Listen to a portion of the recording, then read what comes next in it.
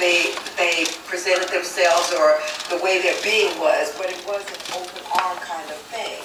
And I felt it. If you will, I heard it, in the lilt of their voices. It was really something wonderful. The Book of Mormon has definitely been a life